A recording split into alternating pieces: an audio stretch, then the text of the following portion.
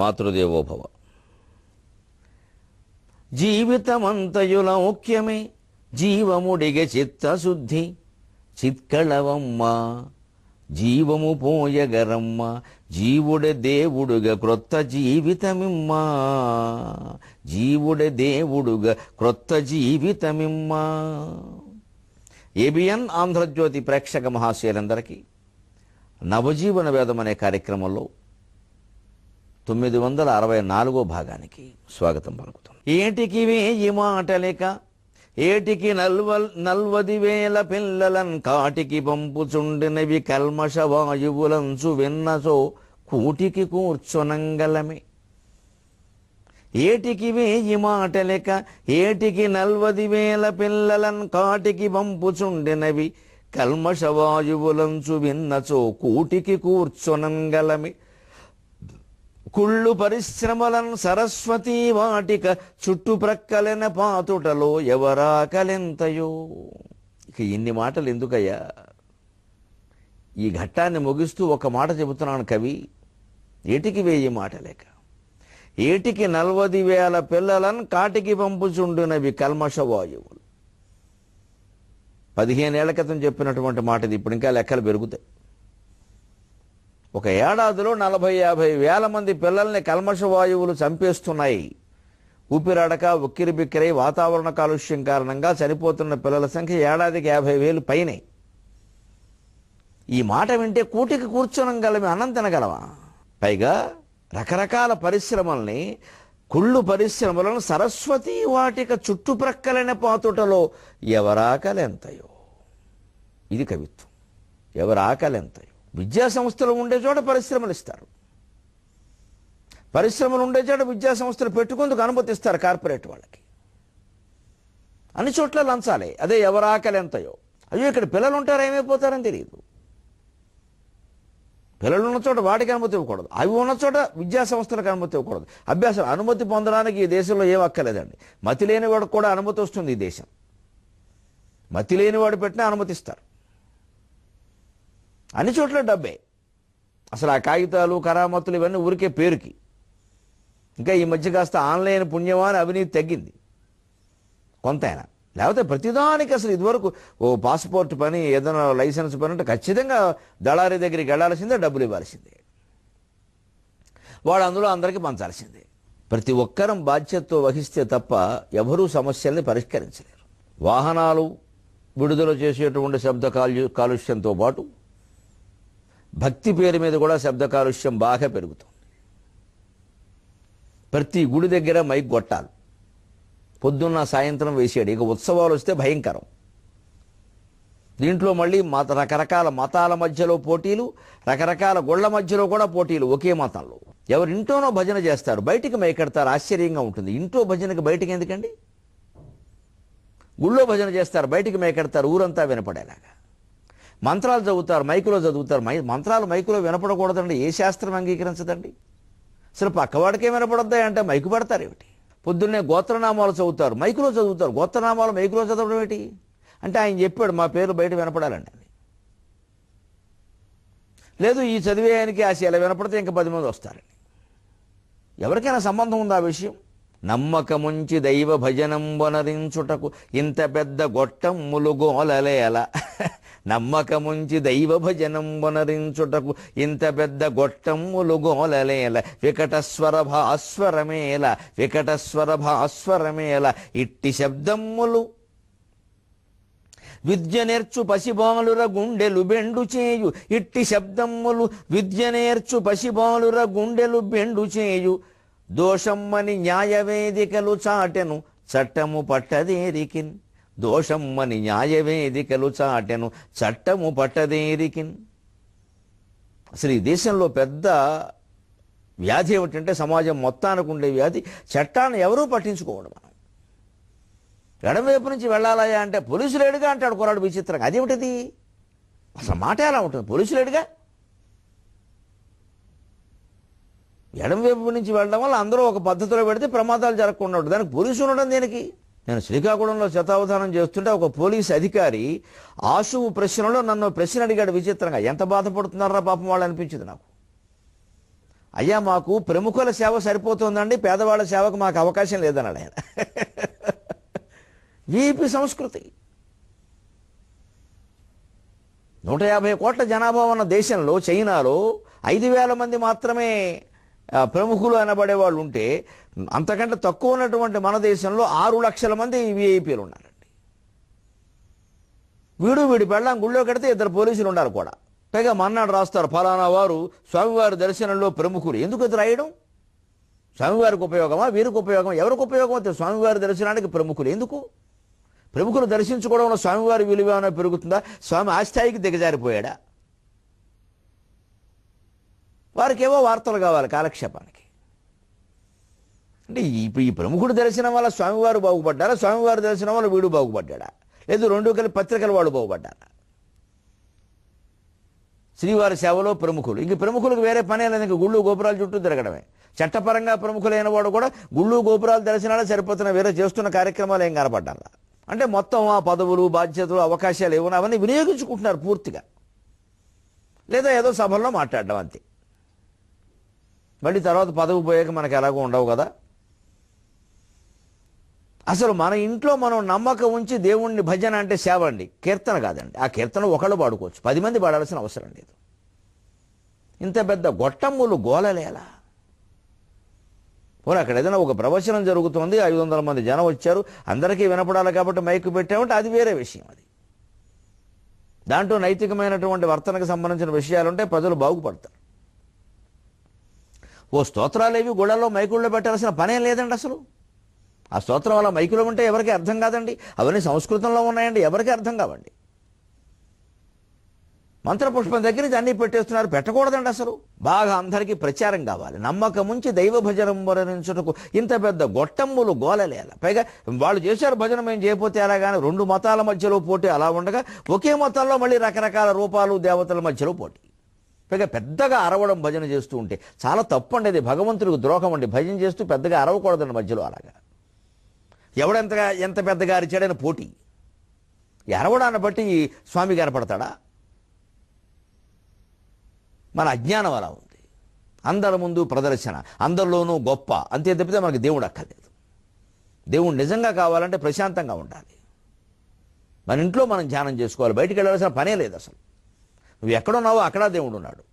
ఆ విషయం ప్రతి మతం చెబుతుంది. వికటస్వర భాస్వర మేళ విపరీతమైన. పైగా వినాయక చవితికేమో సినిమా పాటలు వేస్తారు. ఎందుకంటే జనం రావాలి కదండి. జనం రావడం కోసమే వీడు గుడి కట్టింది. వినాయకుడు రాడు అక్కడికి. ఈ జన్మలైనా వినాయకుడు రాడు, జనం వస్తారు. వీడికి డబ్బులు వస్తాయి, వీడు పాపాలు చేస్తాడు. దేవుడి చెట్టు ముందు, దేవుడి గుడి ముందు కాసేటువంటి మామిడి రొమ్మ ప్రచారం చేసుకోదు, కాస్తూ ఉంటుంది అంతే. అలాగా ఆ గాలి దేవుడు తగులుతుంది, దానికి చాలా పుణ్యం వస్తుంది. మౌనంగా చాలా సేవ చేయొచ్చు. అది మనం ఆలోచించేయం అసలు. పైగా ఇట్టి శబ్దమ్ములు విద్య నేర్చు పసిబాలర గుండెలు బెండు చేయు. పిల్లలు చదువుకునే రోజులు, ఆవేశవకాలమే రకరకాల ఉత్సవాలు చేస్తారు. ఎక్కడ చదువు సాగడానికి లేదు. పక్కడేమో పెద్ద గుడి దగ్గర మైక్ అలా గోల్ చేసేస్తుంటే వీడు ఏం చదువుతాడండి? దానికోసం సుప్రీంకోర్టు తీర్పు ఉంది, అత్యున్నత న్యాయస్థానం. అది పట్టించుకోరండి. దోషమ్మని న్యాయవేదికలు చాటిన చట్టము పట్టతేరికను. ఎవరో వెళ్ళి ఫిర్యాదు ఇస్తే కానీ పోలీసులు పట్టించుకోరు. ఎవరైనా ఇస్తే వాళ్ళ మీద గొడవ. మీరు ఈ వీధిలో ఉండాలని ఉందా లేదా, లేదా వచ్చిన అధికారికే ఇంత బారై. పట్టణాల్లో పరిస్థితులు ఇలా ఉంటే, పట్టణాల్లో చదువుకున్నా కూడా చెవులు బద్దలైపోయి మనస్సు పాడైపోయి చదువురాని పరిస్థితులు ఉంటే, విచిత్రం ఏమిటంటే పల్లెటూళ్ళలో వాళ్ళు పట్టణానికి వస్తున్నారు, పట్టణాన్ని వాళ్ళు నగరాలకు గడుతున్నారు చదువుల కోసం. లక్షలు ఖర్చు పెడుతున్నారు, వేలు కూడా కాదు. ఇక్కడ ఏదో బ్రహ్మలోకం ఉంటుందనుకుంటా చదువు ఇక్కడ చట్టుబండలైంది. ఆ పల్లెటూళ్ళలో ఆ ప్రభుత్వ పాఠశాల మీద ఆ పల్లెటూళ్ళలో ఉన్న పెద్ద మనుషులు శ్రద్ధ చేస్తే ఖచ్చితంగా ఆ పాఠశాల బాగుపడుతుంది. ఊళ్ళో పెద్ద అయినా కూడా వస్తున్నారు, కాస్త అడుగుతున్నారంటే వాళ్ళు జాగ్రత్త చెప్తారు. పంచాయతీ అధ్యక్షుడు కానీ పెద్దవాళ్ళు కానీ ఇదివరకు బడికి వెళ్ళేవారు. జెండా వందనం అంటే ఆయన వచ్చేవాడు, అంతేకాదు మామూలుగా కూడా వెళ్ళేవారు. ఆయన మీద ఎంతో గౌరవం ఉండేది ఊళ్ళో. ఏ ఊరికి ఆ ఊరే ఒక రాజ్యం అనుకుని ఆ అధ్యక్షుడే దానికి రాజు అనుకుని ఆ ఊరి సర్పంచ్ చేసుకుంటే ప్రతి ఊరు బాగుంటుందండి, దేశం అంతా బాగుంటుంది. పూర్వం రాజులు వేల ఓళ్లను సైతం పరిపాలించగలిగారంటే ఇలాగే, వేలు లక్షలు కూడా. ఏ ఊరికి ఆ ఊరు అధికారం వికేంద్రీకరణ చేశారు కూడా. అసలు రాజుగారి దగ్గరికి ఈ విషయాలు వెళ్ళేవి కావు. రామాయణంలో ఉత్తరాఖండలో ఉంటుంది విచిత్రమైన విషయం. ఒక కుక్క వచ్చి మొత్తుకుంటుంటే లక్ష్మణుడు చూశాట. ముందు కుక్క వచ్చిందంటే రాముడితో చెప్పుకోవాలంటే నాకు చెప్పాను, నీకు చెప్పను ఆయనకే చెబుతాను అదిట. అలా ఉండేది ఆనాటి వ్యవస్థ రామరాజ్యం అంటే. నీకు చెప్పను ఆయనకే చెబుతాను, మీ అన్నయ్యని బీలేందిట. ఈయన ఆశ్చర్యం, కుక్కను కొట్టలేదు, లోపలికి వెళ్ళి రాముడికి చెప్పాడు. అవును, ప్రతి ప్రాణికి మనం బాధ్యత వహించాలి, నువ్వు రా అంటే అది రాలేదు లోపలికి, అందుకని ఈయనే వెళ్ళాట కుక్క దగ్గరికి. అది రాముడు. ఏమిటి నీ కష్టం అన్నట్ట. ఒక బెచ్చగాడు దాన్ని కొట్టాట. వాడు నన్ను అనవసరంగా కొట్టాడు, వాడికి శిక్ష వేయమంది. చాలా విచిత్రమైన కథ ఇది, ఉత్తరాఖండలో ఉంటుంది. ఎందుకు కొట్టామని బెచ్చగాడిని అడుగుతారు. దారికి అడ్డం వచ్చింది కొట్టాను. అది కుక్కయ్యా, దారికి అడ్డం రాకపోతే నేను సన్మానం చేస్తుందా నీకు? దాన్ని అదిలించాలి, బెదిరించాలి, కొట్టినంత పని చేయాలి, కానీ కొడతావా అని రాముడు మందలించిన తర్వాత కుక్కని అడిగట, వీడికి ఏ శిక్ష వేయమంటావు అన్నట్ట. విచిత్రమైన మాట మాట్లాడింది కుక్క. ఒక మఠానికి అధిపతిగా నియమించమని చెప్పింది. వాడి గౌరవం ఒక మఠానికి అధిపతిగా నియమించింది. చాలా చిత్రంగా ఉంటుంది వాల్మీకి రామాయణంలో ఉత్తరాఖండ. మనం ఏదో పుణ్యం కోసం మనం సుందరకాండ చదువుతారు కానీ ఉత్తరాఖండ చదవాలండి. 6 కాండల్లో వచ్చే అనేక అనుమానాలకి ఉత్తరాఖండలో సమాధానాలు ఉన్నాయి. ఉత్తరాఖండ అంటే సమాధానపు కాండ, తరువాతి కాండ కాదు, సమాధానపు కాండ. ఉత్తరం అంటే జవాబు. అనేక అనుమానాలు తీరిపోతాయి. అసలు రామాయణ గ్రంథ రచన ఉద్దేశం ఏమిటో తెలుస్తుంది. కుక్క శిక్ష ఏమేమంటే అడిగితే కుక్కని మఠాధిపతిగా నియమించమంది. సరే రాముడు నవ్వి నిన్ను మఠాధిపతిగా పెట్టాను అన్నాడు. వాడు ఇదేమిటిది అనుకుని అంతే. తర్వాత తెలిసింది వాడికి, మఠాధిపతి అయిన వాడు ఎవడు పాపాలు చేయకుండా ఉండలేడు. ఎందుకంటే మఠాధిపత్యమే దోషం. అసలు అక్కడికి వచ్చేదంతా విరాళాల సొమ్ము, వాడు సొంతంగా సంపాదించేది ఏముండదు. దాని వినియోగంలో తేడా వచ్చి తీరుతుంది. మహానరకానికి పోతాడు మఠాధిపతి పాపం చేస్తే. అనవసరంగా రూపాయలు సంపాదిస్తే ప్రజల్ని విరాళాలు అడగడం, మఠాలు కట్టడం, వాటిని ఏదో ఇంతంత అభివృద్ధి అనడం, దాని నుంచి భవనాలు కట్టడం, అక్కడి నుంచి రాజకీయ నాయకుల మీద పెత్తనాలు చేయడం, వాడు వచ్చి వీళ్ళ కాళ్ళ మీద పడడం, వీళ్ళని వీరు ఆశీర్వదించడం, మొత్తం రాజకీయాలన్నీ వీళ్ళ కనుసనాలు ఉండడం, అక్కడ మొత్తం నల్లధనం అంతా అక్కడ తీసుకొచ్చి భక్తుల పేరు మీద దొంగ వ్యాపారులందరూ అక్కడ దాచడం, వారు వీరిని కాపాడడం, ఇదంతా మఠాధిపతులు చేసే పనే. అందుకే మఠాధిపత్యం ఇమ్మన్నాడు రాముడు. వాడు అయ్యాడు, వాడి పని అయిపోయింది. ఇటువంటి విచిత్రమైన విషయాలన్నీ ఉంటాయండి. ఒక కుక్క మొర కూడా రాముడు శ్రీరామచంద్రమూర్తి అన్నవాడు వినగలిగాడే. ఇవాళ ఒక పల్లెటూరు వాడికి ముఖ్యమంత్రిని కలిసే అవకాశం ఉందా? ఎప్పుడైనా ఆయన పర్యటనకు వస్తే తప్ప. అవసరం లేదు. అవసరం కూడా, అలా కలవడం ప్రమాదం కూడా. ముఖ్యమంత్రి తొందరపడి జనంలోకి వెళ్ళిపోతే ప్రమాదం అండి. ఆయన బాగుండాలి, భద్రత బాగుండాలని, చాలా బాగుండాలండి. దేశాన్ని పాలించేవాడు బాగుండాలని మనం అంతా రోజు పూజామందిరంలో ఒక పువ్వు పెట్టమని శాస్త్రం చెబుతాం. ఒక నమస్కారం దేశాన్ని పాలించే రాజు కోసం పెట్టాలి. పౌరుల బాధ్యత అది. ఆయన బాగుండాలి, ఆయన కుటుంబం బాగుండాలి, ఆయన ఆరోగ్యం బాగుండాలి. ఎందుకంటే కుటుంబ సభ్యులకు ఏమైనా ఆయన మనసు చెదిరిపోతుంది కదా. ఎందుకంటే దేశమంతా పరిపాలిస్తున్నాడు, ఆయన బాగుండాలని మనం కోరుకోవాలి. అంత బాధ్యత మనకే ఉంది. పూర్వం ఋషులు రాజు బాగుండడం కోసం తపస్సు చేసి అందులో కొంత భాగాన్ని ధారపోసేవారు. 1/6 వంతు పన్ను అంటే అదే తపఫలాన్ని ధారపోసేవారు. 1/6 వంతు రాజుక్షేమం కోసం. అందువల్ల ఆ రాజు యుద్ధాల్లో నెగ్గేవాడు, అనారోగ్యాలు లేకుండా బాగుండేవాడు. అది వ్యవస్థ. ఆయన బాగుండాలి. అందుకే ఏం చేయాలి? ఆ ఊరిలోనే ఉన్న సర్పంచ్గా ఆ సమస్యను పరిష్కరించే అవకాశం ఇవ్వాలి తప్ప, ఆ ఔదార్యం వారు చూపించాలి తప్ప, ఎవరో ఒక ముసలావిడ రావడం, ముఖ్యమంత్రి గారు చెయ్యడం, ఆవిడకు 2 లక్షలు ఇచ్చామనడం, తద్వారా ఈయన ఫోటో పడడం, మళ్ళీ ఈయన మొహం చూసి జనం ఓట్లు వేయడం, మొత్తం అధికారం కేంద్రీకృతం అయిపోయింది. శాసనసభ్యులు చట్టుబండలు అయ్యారు. సర్పంచుల సంగతి చెప్పగల శాసనసభ్యులకే దిక్కులేదు ఈ రాష్ట్రాల్లో. ఎంతసేపు ముఖ్యమంత్రి బొమ్మ, వాళ్ళ బొమ్మలు ఉండవు అక్కడ. వాడిని నియోజకవర్గం అది, ఆ చేయవలసింది ఆయన, అది ఆయన చేసి చేయించాలి. పత్రికల వారు కూడా ఆ శాసనసభ్యుడి పేరే రాయాలి. ఆయనకి పేరు వస్తుంది, రావాలి. ఆయన బాధ్యత అది. ఇంకా వీరేదో ఆ ఊరు సర్పంచ్ చేయించాలి. అధికారం ఎక్కడికక్కడ వికేంద్రీకరణ కావాలి. దురదృష్టవశాత్తు కొంతమంది స్వార్థం వల్ల వంశపరంపరగా కేంద్రీకృతం అవుతుంది. మామూలు కేంద్రీకృతం కాదు, వంశపరంపరగా. ఇక అక్కడి నుంచి నువ్వు బచ్చా అంటే నువ్వు బచ్చా అని తిట్టుకో, అందరూ బచ్చాలే అని మాకు అర్థమవుతోంది. బచ్చా కాకపోతే మనం ఆ స్థాయికి వెళ్ళేవాళ్ళం కాదు. ఎవరికో బచ్చా కాబట్టి వెళ్ళాం, ఎవరికో బచ్చా కాబట్టి మనం వచ్చా. వారికి బచ్చాగా పట్టకపోతే అందరం బచ్చాలమే, బచ్చాలు ఆడుకుంటూ ఉండమే ఊళ్ళో. ఇంక తిట్టుకోకర్లేదు. ఇంకా అందరూ వారసులే. బొంగళీలు అన్నం తింటూ వెంట్రుకలేరట వీడు, అన్ని వెంట్రుకలే ఉంటాయి. వ్యవస్థని వికేంద్రీకరణ చేయాలండి. ఎవరు బాధ్యతలు వారు చేయాలి. కుటుంబమేనా అంతే. కొడుకులో కూతురులో ఎదిగారు అంటే వాళ్ళకి అప్పగించాలి, వాళ్ళని చూసుకోమనాలి. మొత్తం బెత్తనం మనకు అక్కల బాధ్యత కూడా లేదు. రామకృష్ణ అంతే అయిపోయింది. నువ్వు చేసుకుంటే బాగుపడతావు, లేకపోతే పోతావు పో. ఇక నా మాట వినడం లేదు, అక్కర్లేదు, వినకపోవడమే మంచిది, మనం చెప్పక్కర్లేదు. అది వికేంద్రీకరణ. ఎక్కడికక్కడ వికేంద్రీకరణ జరిగితేనే ఆత్మకి స్వేచ్ఛ లభిస్తుంది. మనిషి జీవితంలోనే అంతే. ఎవరికి అప్పగించాల్సిన వాళ్ళకి, ఎవరికి ఇవ్వాల్సిన వాళ్ళకి అప్పగించేసి బాధ్యతలు కూడా ఇచ్చేస్తే చేసుకుంటాడు. ఎందుకు ఊరికే వెనకాల పడ్డం, అనుమానించడం అదీను. అప్పుడు ఆత్మకి స్వేచ్ఛ, బంధాలు తగ్గిపోతాయి. హాయిగా నమశివాయ నమశివాయ. ఆత్మకి స్వేచ్ఛైనా, ఆధిపత్యానికి స్వేచ్ఛైనా, యావత్ దేశానికి స్వేచ్ఛైనా ఇలాగే లభిస్తుంటే వదిలించుకోవాలి. అబ్బాయి అందుకు అహంకారం ఒప్పుకోదుగా, మరి అసలు సమస్య అక్కడ ఉంది. ఇక మళ్ళీ దేశాన్ని అనుకోవడం మీద అసలు సమస్య అక్కడ ఉంది. వదలడం వీళ్ళకి ఇష్టం లేదు. ఒక చిన్న గ్రామంలో ఏదైనా జరిగినా సరే ముఖ్యమంత్రి చేతుల మీదుగానే జరగాలి. ఎందుకంటే అలాగా ఆ ఊరు సర్పంచ్ జరగాలి, అతని పేరు రావాలి, అతని పేరు ఫోటోలో పడాలి, పేపర్లో పడాలి, అతని ఫోటో పేపర్లో పడాలి, అతనికి పేరు రావాలి. ఆ సర్పంచ్ని మళ్ళీ ఎన్నుకోవాలి అక్కడ. లేదా అంత పేరు ఒక్కళ్ళ మీద నడుస్తూ ఉంటుంది. ఇంక ఆయన అక్కడి నుంచి అవతార పురుషుడు అంటారు. ఇక పూర్వం ఏ అవతారమో తెలుసుకోవాలి. ఇప్పుడు మనం ముద్ద అవతారాలు కావడం వల్ల వీళ్ళు అవతార పురుషులు అయ్యారు. అధికార వికేంద్రీకరణ జరిగితే, పల్లెటూళ్ళకి వెళ్ళవలసిన నిధులు వెడితే, అది పంచాయతీ సర్పంచుల ద్వారానే ఖర్చు అయితే అవినీతి కూడా తగ్గుతుందండి. ఏమి 10,000తో నాకు వచ్చేది ఏముందా, కాస్త మంచి పనులు చేస్తే ఊళ్ళో మంచి పేరన్నా వస్తుందని ఆశిస్తాడు ఆ పెద్ద మనిషి.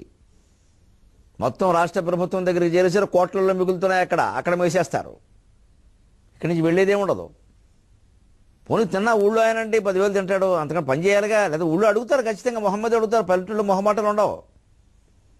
అందుకని అక్కడంతా స్వచ్ఛతే. ఆ పల్లెటూళ్ళలోనే ఉండేవాళ్ళు ఆ ఊరినే చక్క చేసుకోవాలి. ఏవో కొన్ని రకాల వృత్తులను బట్టి ఎక్కడో దూరమో ఇంకోటో అవసరమైతే దూర దేశమో కూడా వెళ్ళవలసి రావచ్చు. కానీ అందరూ వెళ్ళాల్సిన అవసరం లేదే. చదువు శుభ్రంగా మనకు దగ్గర ఊళ్ళో దొరుకుతుంటే కూడా ఢిల్లీ ఎడుతున్నారు, హైదరాబాద్ ఎడుతున్నారు, ఇంకో బొంబాయి ఎడుతున్నారు. ఏమిటది? ఎంత చక్కగా ఉంటాయి పల్లెటూళ్ళు. కమ్మని గుమ్మపాలు, వడగాచిన నేయి, పొలాల గాలి, స్వచ్ఛమ్మగు నీరు, వృక్షముల ఛాయలు, చల్లని మండువా నివాసమ్ములు, కంటి నిండ వెదజల్లిన నిద్రను వీడి, ధూమకూపమ్ములకేల వచ్చెదరు, పట్టణ కల్మషమేల పెంతురో. ధూమకూపమ్ములకేల వచ్చెదరు, పట్టణ కల్మషమేల పెంతురో. కమ్మని గుమ్మపాలు, వడగాచిన నేయి, పొలాల గాలి, స్వచ్ఛమ్మగు నీరు, వృక్షముల ఛాయలు, చల్లని మండువా నివాసమ్ములు, కంటి నిండ వెదజల్లిన నిద్రను వీడి, ధూమకూపమ్ములకేల వచ్చెదరు, పట్టణ కల్మషమేల పెంతురు. కమ్మని గుమ్మపాలు, గుమ్మంలోకి వచ్చే పాలు వచ్చినట్టుగానే గుమ్మపాలు దొరుకుతాయండి. ఇప్పుడు వాటి పరిస్థితి అధ్వానం అవుతుంది. ఇదివరకు దొరికేవి హాయిగాను. గేదెలను పెంచుకునేవారు, ఆవులను పెంచుకునేవారు, 10 ఏళ్లలో పోసుకునేవారు. ఆ పాలతో వాళ్ళు బతికేవారు. వాళ్ళు ఏదో నీళ్లు కలిపేస్తారు. వీళ్ళు ఎందుకంటే విషం కలుపుతున్నారు ఇక్కడ. అంతకంటే అదే నయం. ఏదో కొద్దిగా కలుపుతాడు, ఎంతైనా కాస్త పురాణాలు వింటాడు, కొద్దిగా గొప్ప నైతికమైన విలువలు ఉంటాయి, మరీ బాగుండదులే అనుకుంటాడు. పోనీ కాస్త పిల్లలు ఉన్న ఇళ్ళు చూసి వాళ్ళ ఇంట్లో పిల్లలు ఇక్కడ కలపడం బాగుండదులే అని చూస్తాడు. ఏదో చేస్తాడు. కొంత మానవత్వం ఉంటుంది మనిషి కదా. మనం యంత్రాలనైనా నమ్ముతాం కానీ మనుషులను నమ్మమండి. అసలు మనిషితో మనిషికి పడకపోవడం వల్లే వ్యవస్థ ఎంత దారుణమైంది. మోసం చేసినా మంచిదే, నేను మనిషిని నమ్ముతాను అనగలిగితే, కొంచెం జరిగినా మంచిదే, నాకు నష్టం కలిగినా మంచిదే, నేను ఆ మనిషిని నమ్ముతాను అంటే కొన్నాళ్ళకైనా మారతాడండి వాడు. ఒక చిన్నదేదో తేడా జరగానే మనకి 2 రూపాయలు నష్టం రాగానే ఇక వాడి గురించి మొత్తం దేశద్రోహం, ఉగ్రవాది స్థాయిలో ప్రచారం చేయడం. ఇంకా 2 రూపాయలు ఎంత చేస్తే ఈ ధోరణి మనలో కూడా మార్పు రావాలి. చాలా చిన్న విషయం అది, అక్కడ వదిలేయచ్చు. వాడు చిన్న కొడాడు, లేదా అదో ముసలిది, ఏదో చేయొచ్చు. దానికంత మనస్సులో కక్ష గూడు కట్టుకోకల చేస్తూ చేయని. వాళ్ళలో ఏదో కలుపుకొని నీళ్లు కలుపుతారు, అంతకంటే ఇంక విషాలేం కలపరు వాళ్ళు మనుషులు. పోనీ ఇక్కడ ఏమైనా ప్యాకెట్లో వచ్చేసరికి ఏమైనా జరిగిందో? ఏ ప్యాకెట్లు నమ్మడానికి ఉన్నాయి ఈవేళ? మంచినీళ్ళు డబ్బాలు నమ్మడానికి ఉన్నాయా? ఎక్కడెక్కడి నుంచి వస్తున్నాయి? కమ్మని గుమ్మపాలు, వడగాచిన నెయ్యి, శుభ్రంగా నెయ్యి అక్కడ కాచి ఇచ్చేవారు. మన ఇంటికి తెచ్చి కాచుకోవచ్చు, వెన్న చేసుకుని. ఆ పాలల్లో వెన్న వచ్చేది. పొలాల గాలి, కాస్త ఊరు బయటికి వెళ్ళామంటే పొలాల్లో శుభ్రమైన గాలి, స్వచ్ఛమ్మగు నీరు, కాలువలు చెరువులన్నీ బాగుండేవి. ఇప్పుడంటే ఇలా అయ్యే. కానీ కార్తీక మాసం దీపాలు పెట్టుకుంటే అక్కడ చెరువులో పెట్టేవారు. నదుల్లోనూ వాటిలో దీపాలు పెట్టకూడదు, చెరువులో పెడతారు. ఎందుకంటే ఆ చెరువులో తీసేస్తారు తర్వాత వాటిని. అక్కడ కల్మషం పెరగదు. లక్షల మంది వెళ్ళి నదుల్లోనూ వాటిలోనూ దీపాలు పెడితే వచ్చే ప్రమాదం అందులో వదిలేస్తే నది నీరు కల్మషం వాడు తీలేడు. ఇంకా దీపాలు ఎప్పుడు పల్లెటూళ్ళలోనే చెరువులోనే పెట్టాలి. అవి అలా వెలుగుతూ ఏదో కొండెక్కిపోతూ ఉంటే పొద్దున్నే తీసేసి ఆ చెరువు గట్టునే పడేస్తే అన్ని ప్రమిదలేగా కలిసిపోతాయి మట్టిలో. ఇబ్బంది లేదు, ఎప్పుడు కల్మషం రాలేదు. అరటి డొప్పల్లో పెట్టినా ఇబ్బంది లేదు, ఆ డొప్పలు కూడా కలిసిపోతాయి. ఆ చెరువు గట్టు మీద ఉండే అరటి చెట్లు ఏవి తేలిగ్గా కలిసిపోతాయి. దీపం ఎలాగో ఒత్తి కరిగిపోయింది, ఇబ్బంది లేదు. అంటే మన వాళ్ళు పూర్వం ఆచార సంప్రదాయాలు మతపరమైనవి దేవపరమైనవి కూడా పర్యావరణానికి ఇబ్బంది లేకుండా చూశారు. ఇప్పుడు లక్షల మంది చేయడంతో ఏమవుతుందంటే పర్యావరణానికి ఇబ్బంది అవుతుంది. అందరూ కలిసి ఒక చోట చేయాలి, ఆ పుణ్యక్షేత్రం ఈ నది అనేటువంటి ప్రసంగాలు ఎక్కువ వేసరికి ఇంకా అక్కడికి జనం పెరిగిపోతున్నారు. నీ ఇంటి దగ్గర చేయి, నీ ఇంటి దగ్గర చెరువులో చేయి, ఆ కళకళలాడుతుండే కార్తీక దీపాన్ని చూడు, నీ జీవితం అలా వెలగాలని కోరుకో. వెలిగేందుకు ప్రయత్నం చేయ. కోరుకుంటే అయిపోదు, దండం పెడితే అయిపోదు, ప్రయత్నం చేయాలి. ఆ ప్రయత్నానికి ఆ దీపం ప్రేరణ మాత్రమే తప్ప దీపం పెట్టినంత మాత్రాన జీవితం బాగుంటుందని ఎలా చెప్తారండి? దీపం అనాలా వచ్చి మన వెనకాల తిరుగుతూ కాపాడుతుందో అజ్ఞానం. కానీ ఆ దీపం ఒక ప్రేరణ. ఒక మంగళప్రదమైన దీపాన్ని చూసినప్పుడు, పొద్దున్నే ఆరిపోయిన దీపాన్ని చూసినప్పటికీ మన బుద్ధిలో తేడా లేదు, అదే ప్రేరణ. అంతకంటే ఏమీ లేదు, అంతకంటే మహిమలు ఏముండవు దీపాలకేను నీళ్ళకేను. విచిత్రమైన మాటలు చెప్పుకోకల్లా. దీపానికి మహిమ ఉంటే ఆరిపోకుండా ఉండమన్న తెల్లవారు నూరు లేకుండా ఎలా కుదురుతుంది? దీపం వెలిగించి జీవితం బాగుంటుందని ఎందుకు చెప్తున్నా? దీపం ఎందుకు వెలుగుతుంది? 3 ఒత్తులు కలిపి పెట్టావు అక్కడ. అలాగే త్రిగుణాలు కలిపి నీ జీవితం ఉంది. ఆ 3 ఒత్తులు కలిపి దీపం వెలుగుతుందంటే మనలో త్రిగుణాలు అయిపోయి గుణాతీతంగా ఎదగాలి. గుణానేతాన్ అతీత్యత్రీన్ దేహీ దేహ సముద్భవాన్ జన్మ మృత్యు జరా దుఃఖేర్ విముక్తో అమృతం వస్తున్నతే. భగవద్గీత 14వ అధ్యాయం గుణత్రయ విభాగ యోగంలో శ్లోకం. అది దీపానికి లెక్క. అందుకే సాధ్యం త్రివర్తి సంయుక్తం వన్యనా యోజితం ప్రియం గృహాణ మంగళం దీపం త్రైలోక్య తిమిరాపకం. దీపం వెలిగించినప్పుడు చదివే శ్లోకం ఇది. చదవకపోతే పాపం అని కాదు, సెంటిమెంట్ పెంచుకోకండి, అర్థం తెలుసుకోండి, సరిపోతుంది. నమస్కారం పెట్టుకోండి. శ్లోకం చదవకపోతే దీపం వెలక్కపోదు, అది పెద్ద విషయం కాదు. అక్కడ సాధ్యం నూనె పోయి వన్యనా యోజితం అగ్ని అంటు త్రివర్త్యం 3 ఒత్తులు మెలుగు తిరిగినట్టు నీ జీవితం కూడా త్రిగుణాలతో ఉంది, సత్వరజస్తమో గుణాలు. ఆ గుణాలను ఆ దగ్ధం చేయి, గుణాతీతమైన జ్ఞానం పొందే ప్రయత్నం చేయి, అంతే దీపం. దానికి అది ప్రేరణ. అంతేకాని దీపం పెట్టగానే మనకు జ్ఞానం వచ్చేస్తుందా? దీపం దగ్గర కూర్చొని చదివితే చదువు వస్తుందా? దీపం వలన చదువు వచ్చేస్తుందా? కాస్త తార్కికంగా ఆలోచించగలిగితే ఆచారాల వెనక ఉండే ఆంతర్యాలు అర్థమవుతాయి. అంతేకాని భౌతికతకే ప్రాధాన్యం ఇచ్చి ఇక ప్రమిది వైభవం, దీపం వైభవం, నూనె వైభవం, ఒత్తి వైభవం, అన్ని వైభవాలే. జీవితమే దరిద్రమైంది. ఇదే మూర్ఖమైన వ్యవహారం. అంటే దాని నుంచి చైతన్యం పొందాలి, చేదస్థం కాదు. పొలాల గాలి, స్వచ్ఛంబగు నీరు, వృక్షముల ఛాయలు, చక్కని చెట్ల కింద హాయిగా వాన వచ్చిన చెట్ల కింద, ఎండ వచ్చిన చెట్ల కింద, చివరికి మర్రి చెట్టు రావి చెట్టు ఉండేది, చలి నుంచి కూడా కాపాడుతాయి. అవి వెచ్చగా ఉంటాయి. శీతకాలే భవే దుష్టం ఉష్ణకాలేతో శీతలం అంటారు. ఇంకా చాలా ఉన్నాయి, ఇప్పుడు వద్దులేండి. చల్లని మండువా నివాసములు అమలాపురం లాంటి చోట కోనసీమలో ఉంటాయి. మండువాయిలండి, చుట్టూ గదులు ఉంటాయి, మధ్యలో ఇలా ఖాళీ ఉంటుంది. ఆ వాన మధ్యలో కురుస్తుంది, అన్నిటికీ చల్లదనం వస్తుంది. అసలు ఆ నిర్మాణం ఏమిటండి బాబు? ప్రపంచంలో ఎక్కడ ఉండదు కోనసీమలో ఉండే నిర్మాణం. అద్భుతమైనటువంటి ప్రయోగాలు అవి, మన పూర్వులు వేల ఏళ్ల క్రితం చేసినవి. కంటి నిండా వెదజల్లిన నిద్ర, హాయిగా ఏ గదిలో పడుకున్నా విడిగా పడుకున్నా శుభ్రంగా నిద్రడుతుంది. ఇవన్నీ విడిచిపెట్టి ధూమపు కోపములగేలా వచ్చేదరు, పొగకి నిలయాలైన పట్టణాలకి రావడం, పైగా వాటి కల్మషాన్ని మరింత పెంచడం. అంచేత పల్లెటూరు వృత్తులు పల్లెటూరులోనే ఉండేలాగా ప్రభుత్వం తీసుకోవలసిన చర్యలు తీసుకోవాలి. పల్లెటూళ్ళకే ప్రాధాన్యాన్ని పెంచాలంటే ఆ పంచాయతీ సర్పంచ్నే ప్రధాన నాయకుడుగా ప్రచారం చేయాలి. అన్ని బొమ్మల్లోనూ ముఖ్యమంత్రి గారు కనపడద్దు, పంచాయతీ సర్పంచ్ కనపడాలి. ఏ పథకం ఏ ఊళ్ళో ప్రారంభమైందో ఆ సర్పంచ్తో చేయించాలి. ఆయనదే ఆ ఖ్యాతిని చెప్పాలి, ఆయన ఏ పార్టీ వాడైనా సరే. అన్నిటికీ ముందు ఈ మూలం స్వార్థమే అనర్థమైన కారణం అవుతోంది. అది తొలగించడానికి ఈ గొంతు వాగుతూనే ఉంటుంది. సెలవు.